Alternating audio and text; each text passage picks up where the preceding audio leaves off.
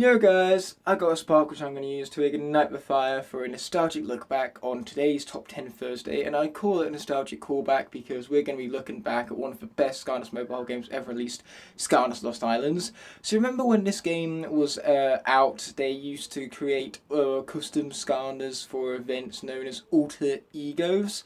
A lot of these were really creative and really cool to see these classical Skylanders designs and have them expanded upon to make for an alter ego format, and it's always so rewarding to earn them because you had to spend so many wish stones in the wishing world to acquire them. So they were so special in the fact that you had to go through special methods to acquire them, hence the wishing world came in, and that had such a big impact on the game that even influenced Skylanders games in future. Superchargers incorporated the wishing world in the same style as Skylanders Lost Islands because Lost Islands did it so well, mind you.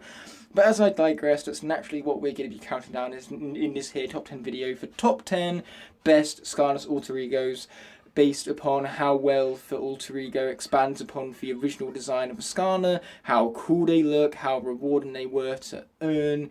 And so naturally we're going to waste no more time getting into this top 10 right here, despite the fact that I have three fingers and a thumb pointed at you guys. Right after the intro has been rolled out, which is where my third finger came from. Third finger represents the intro and all.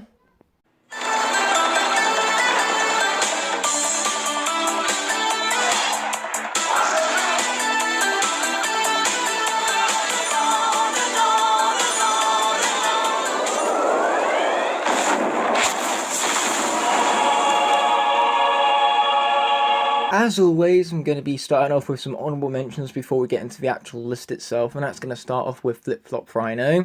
Now, you can always tell when these variants were released in Skylanders Lost Islands because every year, to reflect a new game being released for Lost Islands, changed its logo for a character from that game.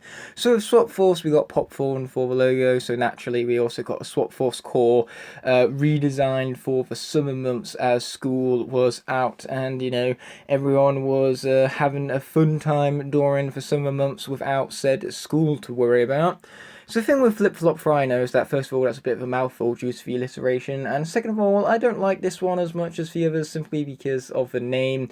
It's taking one addition to the design and renaming the entire character around it, because sure he has flip-flops on, but he also has a rubber ducky flotation device and a bucket and spade, and it kind of makes a lot of sense that Rhino would put a bucket on his head. He's not the brightest character within the Skylanders cast, so the design definitely makes sense and expands upon the original core design in very unique and creative ways, so that's cool to see, though unfortunately they don't nearly change the colours up enough to justify the existence of this character, and it was literally just to remind us all that hey, school is out, so it's time to truly enjoy ourselves without distractions and all. So it just feels like a bland way to celebrate the beginning of the summer, really. They could have done so much more, especially when it comes to colorization. Like they could have made his horn much less warm with the colours, despite the fact that summer is of course associated with being warm, so the warm colours kind of make sense in that regard, but it doesn't change the fact that those are the same as Rhino's base colours and make him overall on a colour level quite boring, as the colours don't really contrast and don't really create that much of a difference between this and his original format, mind you. But hey, the new additions are really cool and creative, so that's what gives them the honourable mention. But moving on, we have Rocky Egg Roll, which this is once again another lazy name. They just slapped egg in the middle of the two characters' names. But what I really like about this is that it's more of a creative Easter alter ego. Sure, adding adding bunny ears even to a Skylander isn't all that creative to celebrate Easter, but they did more than that. They also changed the design of Roll's feet so that then he looked more rabbit-like. They gave him paint rather than rocks because he's the Easter Bunny painting all of his eggs, and Roll himself, of course, not Roll, Rocky even, I always get these two confused. Rocky is no longer Rocky, he's now Eggy-like, so naturally having Roll about on an egg as Rocky is just a really creative idea. and a much better execution of an Easter concepted Skylander with colours that contrast each other much more nicely and make it better than Hoppity Pop Fizz in every meaning of the word better, mind you. But it's still not quite good enough because it hasn't got enough new additions.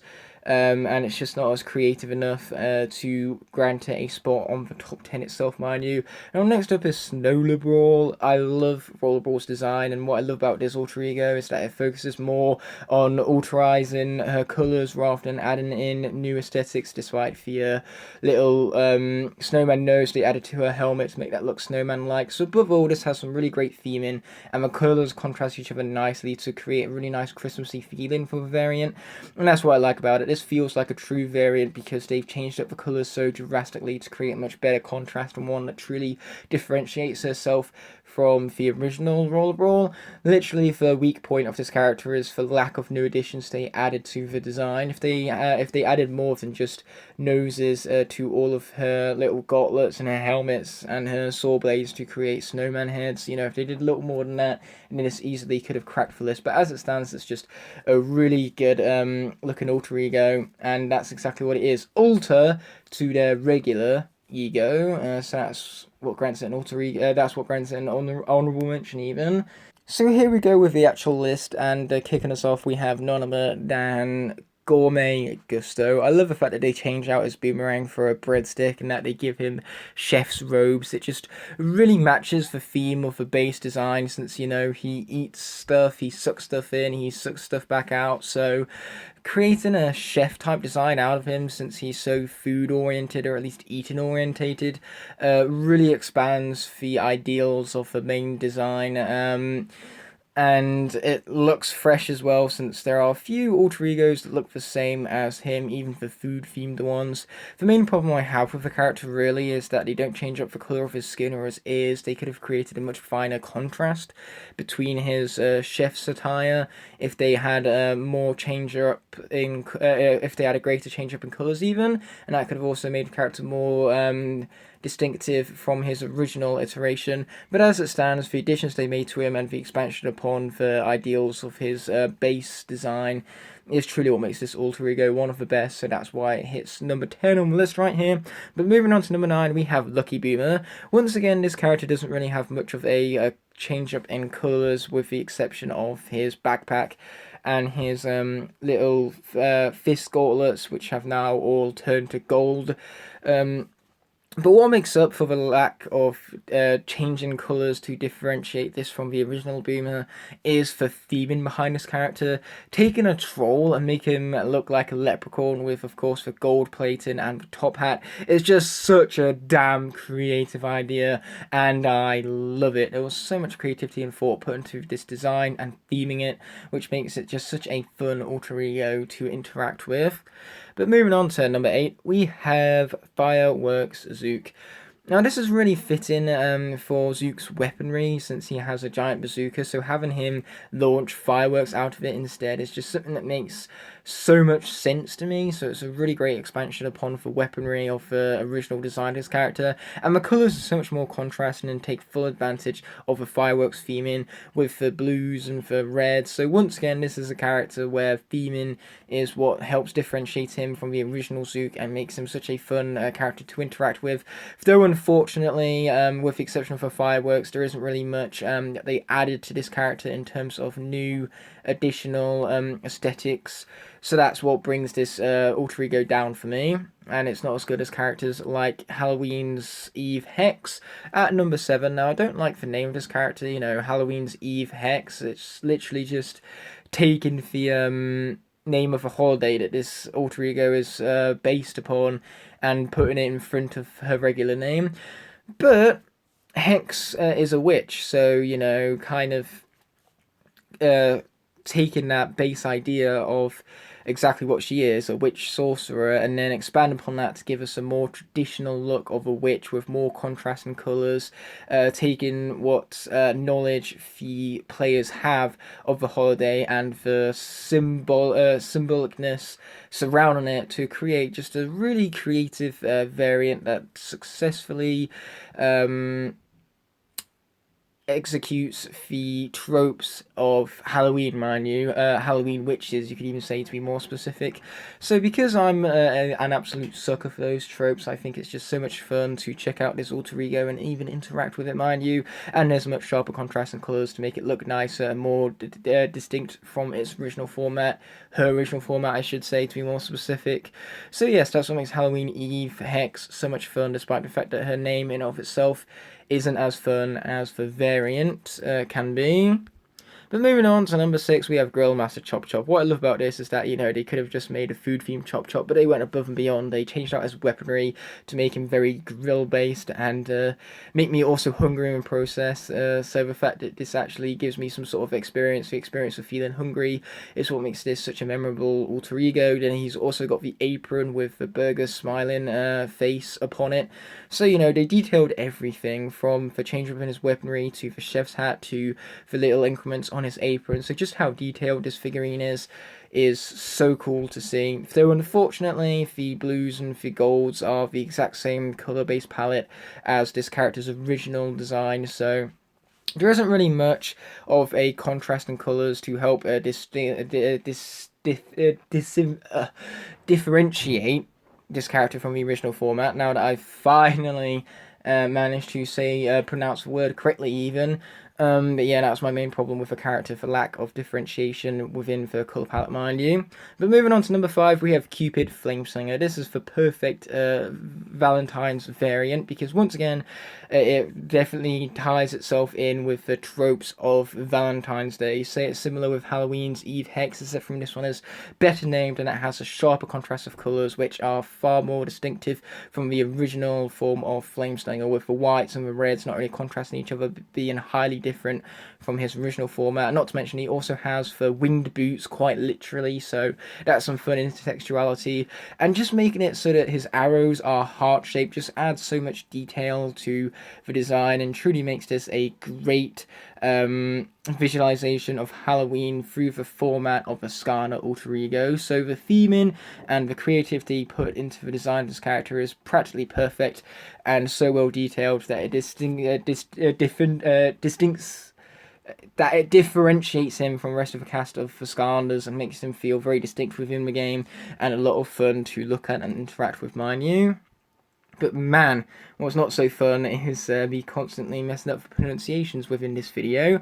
As I digress, the fourth iteration on this list is going to be none other than Knockout Jawbreaker, which takes the, once again, themes of the original Skylander, so in this case Jawbreaker having large boxing type hands, and expands upon that theming with a design that really heavily ties in to that original idea of the figurine. So, you know, this is Jawbreaker as a full-fledged boxer, unlike his original format where he just had the giant gloves. So it makes sense to expand the design in this manner, and it's so well detailed. The gloves, the headgear, and the belt just make for great new aesthetics to add to the figurine's design as a whole. The colours are extremely different from his original formats, being grey and purple-like, so that creates a nice contrast and really helps differentiate this character from the original.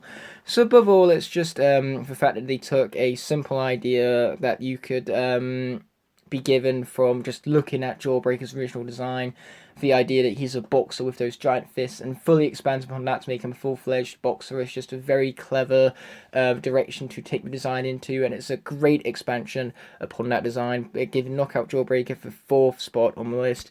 But coming in at number 3, we have Surfer Slam Man. Now what I love about this is that it's exploring culture in some capacity, because the colours used, you know, for whites and the pinks, combined with the flower belts and the Hawaiian type trunks, just gives this character the idea of Hawaiian culture, so to say. And not to mention those colours are highly contrasting and very different from the original form of Slam Man, so that helps differentiate the character, to say the very least.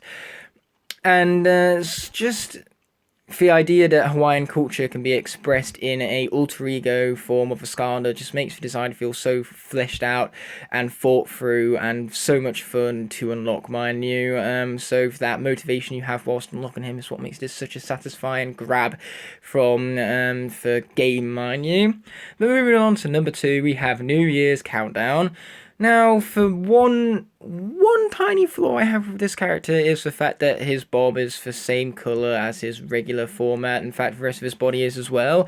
However, for rockets, have a much more sparkling contrast and look to them to make this character very different from his original format and make him distinct.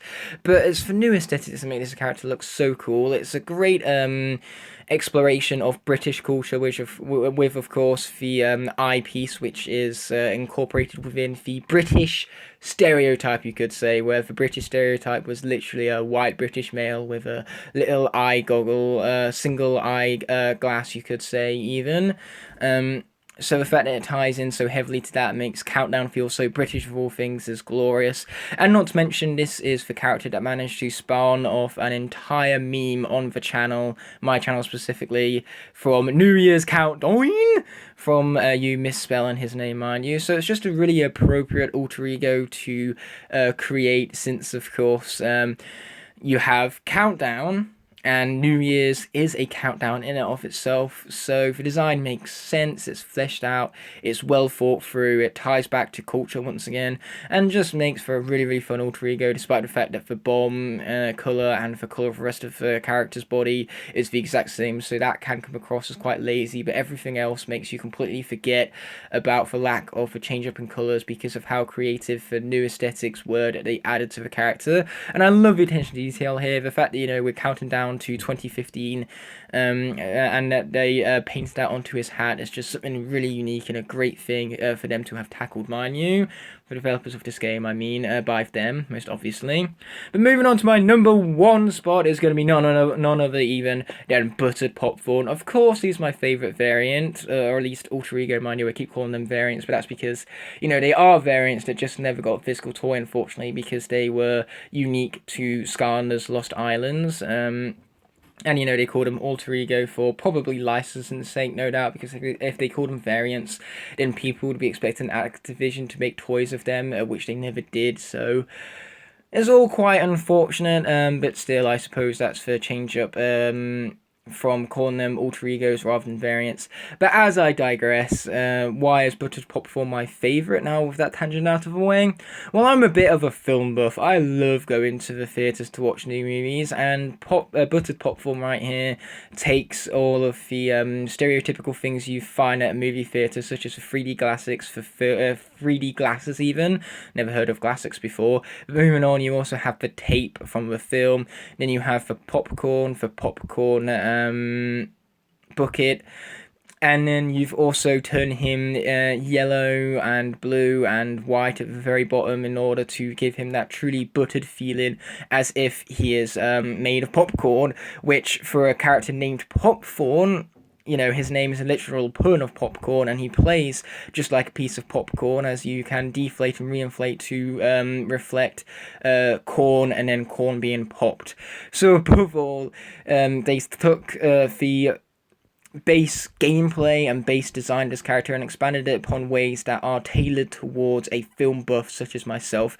I love seeing one of my favourite hobbies in the entirety of the universe reflected in such a unique alter ego with such sophisticated execution and great creativity put into it. So naturally, that's what makes Buttered Popcorn my favourite alter ego, just because it relates to me on a deep personal scale with how much I love going to movie theatres and its, of course, exploration of that theming, as well as the fact that it takes full advantage of everything that the original character stood for within its gameplay and its design, and expands upon it in so many unique ways that several alter egos can just wish that they could have achieved.